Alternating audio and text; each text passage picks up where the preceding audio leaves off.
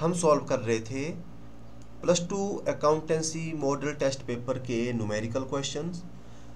पिछले पार्ट तक हमने न्यूमेरिकल क्वेश्चन इस मॉडल पेपर के सबसे पहले question number 3, question number 4, question number 5, question number 6, इसके बाद न्यूमेरिकल क्वेश्चन नंबर 10 और क्वेश्चन नंबर 15, यहाँ तक हमने सॉल्व कर लिया था। अब हम सॉल्व करेंगे न्यूमेरिकल क्वेश्चन नंबर 16 को। पास necessary general entries in the following cases. तो आपको 3 केस दिए हैं, आपको इसकी सिर्फ जनरल एंट्री पूछी गई है। तो इसका पार्ट ए है 1000 shares of ₹10 each are issued to promoters at a premium of 10%। तो इसमें 1000 जो शेयर हैं वो प्रमोटर को दिए गए हैं। शेयर्स की वैल्यू है 10, लेकिन उनको 10% प्रीमियम पे दिए हैं। तो जो दिए हैं सबसे पहले आप वर्किंग नोट में उनको लिखेंगे। तो हमारे को दिए हैं shares issue to the promoter, तो हमने लिख लिया। और फेस वैल्यू है 10 रुपीज़ की और इशूड किए हैं एट 10%। तो 10 रुपीज़ का 10% बनता है 1 रुपीज़। तो इसका मतलब हमने जो प्रमोटर है उसको 11 रुपीज़ में क्या किया है, इशू किया है 1 शेयर। और टोटल शेयर्स कितने किए हैं उसको इशू, प्रमोटर्स को 1000 शेयर इशू किए हैं। तो जो अमाउंट बना 1000 को मल्टीप्लाई करेंगे हम 11 से, तो कितना अमाउंट बन जाएगा 11,000 शेयर्स। तो 11,000 रुपीज़ के शेयर हमने किसको इशू किए हैं, प्रमोटर को इशू किए हैं। अब हम इसकी करते हैं जनरल एंट्री। तो जनरल एंट्री क्या बनेगी इसकी जनरल एंट्री बनेगी incorporation cost account debit to share capital to security premium reserve account. तो यहाँ पर आ जाएगा जितने रुपीज़ को हमने जारी किए हैं, तो 11,000 रुपीज़। ये कैसे आया ये आपको मैंने बता दिया, क्योंकि 1 रुपये प्रीमियम का भी है। और शेयर कैपिटल में आता है एक्चुअल अमाउंट। तो एक्चुअल जो वैल्यू है वो है 10 रुपये की 1000 शेयर, तो यहाँ आ जाएंगे 10,000 रुपीज़। और जो कंपनी को फ़ायदा हो रहा है 10 का 11 में बेचा जा रहा है, तो 1 रुपये जो फ़ायदा है उसको कंपनी जो है क्रेडिट करेगी सिक्योरिटी प्रीमियम रिजर्व में। तो 1000 शेयर हैं, तो एक के हिसाब से 1000 रुपीज़ ये कंपनी को क्या हो जाएगा फ़ायदा। और नरेशन लिखी जाएगी being 1000 shares of ₹10 each are issued to the promoter at a premium of 10%। तो ये हमारा फर्स्ट पार्ट हो गया इसका कंप्लीट। अब हम चलते हैं इसका सेकंड पार्ट देखते हैं।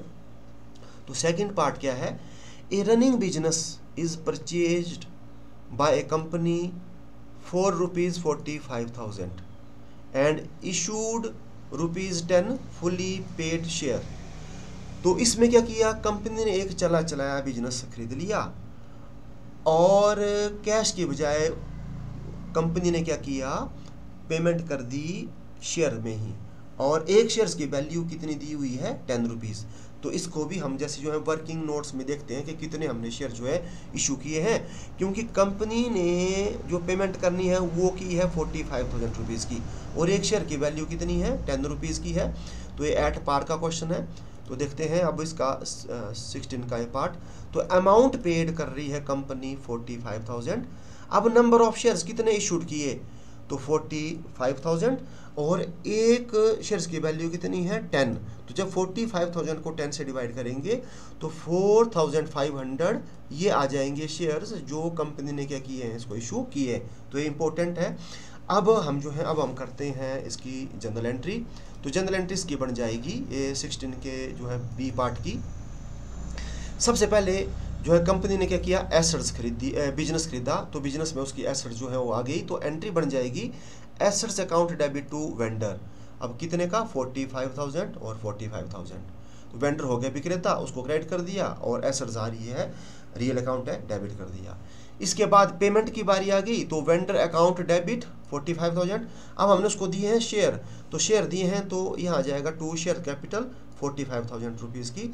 और नरेशन हम लिखेंगे being 4,500 shares paid to the vendor. तो ये है इंपॉर्टेंट, एग्जामिनर ये चेक करेगा कि इसको ये शेयर्स निकालने आए हैं कि नहीं। तो 4,500 shares paid to the vendor. तो ये हमारा 16 का बी पार्ट भी कंप्लीट हो गया। अब हम देखते हैं जो थर्ड पार्ट क्या है। तो थर्ड पार्ट में है furniture worth ₹960 purchased from Ram and company. तो देख लो इसमें आपको एसेट्स का नाम भी दिया हुआ है। जब नाम दिया है तो हम उसको लिखेंगे, और यहाँ पर जो वेंडर है उसका भी हमारे को नाम दिया हुआ है, ठीक है, राम एंड कंपनी। तो राम एंड कंपनी से हमने क्या किया, फर्नीचर खरीदा कितने रुपए का, 960 रुपए का, और उसको इशूड किए, issued share of ₹10 each eight 20% premium. अब ये जो क्वेश्चन है प्रीमियम का है, 10 रुपए की वैल्यू है शेयर्स की, हम उसको 20% प्रीमियम के ऊपर क्या कर रहे हैं, ये दे रहे हैं। तो इसमें भी हमने अब देखना है कि कितने हमने शेयर जो है उसको हमने जारी किए हैं। तो इसका भी हम जैसे पहले वर्किंग नोट बनाएंगे जो हमारे को दिया हुआ है। तो देखो इसमें हमारे को लिखा है कि फर्नीचर की वैल्यू है 960 रुपया, हमने खरीदा क्या है, फर्नीचर 960 रुपये का, और फेस वैल्यू है 10 रुपीज़ की, और इशूड किया हमने 20% प्रीमियम पे। तो 10 का 20% होता है 2 रुपीज़, इसका मतलब 10 + 2 तो 12 रुपीज़ में हमने जो है उसको शेयर्स जारी किया है। तो 2 रुपये हम किसका ले रहे हैं, प्रीमियम का। तो हमने उसको पे किया है 960 रुपीज़। हम देखेंगे अब नंबर ऑफ शेयर्स कितने हुए। तो नंबर ऑफ शेयर्स हमारे फाइंड आउट होंगे 960, इसको हम डिवाइड करेंगे एक शेयर की वैल्यू से जो हम उससे चार्ज कर रहे हैं 12 रुपीज़। तो जब हम 960 को 12 से डिवाइड करेंगे तो उसको हमने कितने शेयर्स जो हैं जारी किए, 80, ठीक है। तो 80 शेयर जो है जारी किए। तो इसमें हमारे को एसेट्स का नाम भी दिया है और इसके साथ साथ वेंडर जो है उसका नाम भी दिया है।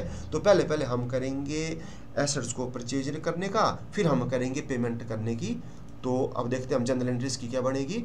तो जनरल एंट्री देखो, सबसे पहले हम क्या करेंगे, फर्नीचर। अब यहाँ एसेट लिखेंगे, क्या लिखेंगे, फर्नीचर, क्योंकि नाम दिया है। तो furniture account debit to Ram and company, ये हो गया वेंडर 960, और लिखेंगे donation being assets purchased from the vendor, vendor हो गया राम एंड कंपनी।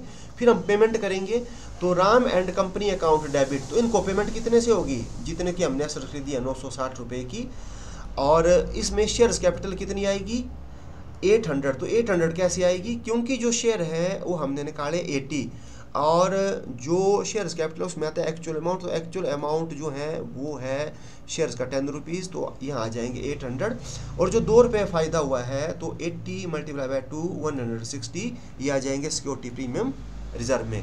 और हम नरेशन लिखेंगे being 80 shares paid to the Ram and company at 20% premium. तो ये हमने कर लिया न्यूमेरिकल क्वेश्चन। तो आज के इस वीडियो में इतना ही, अब मिलते हैं नेक्स्ट वीडियो में। Thank you.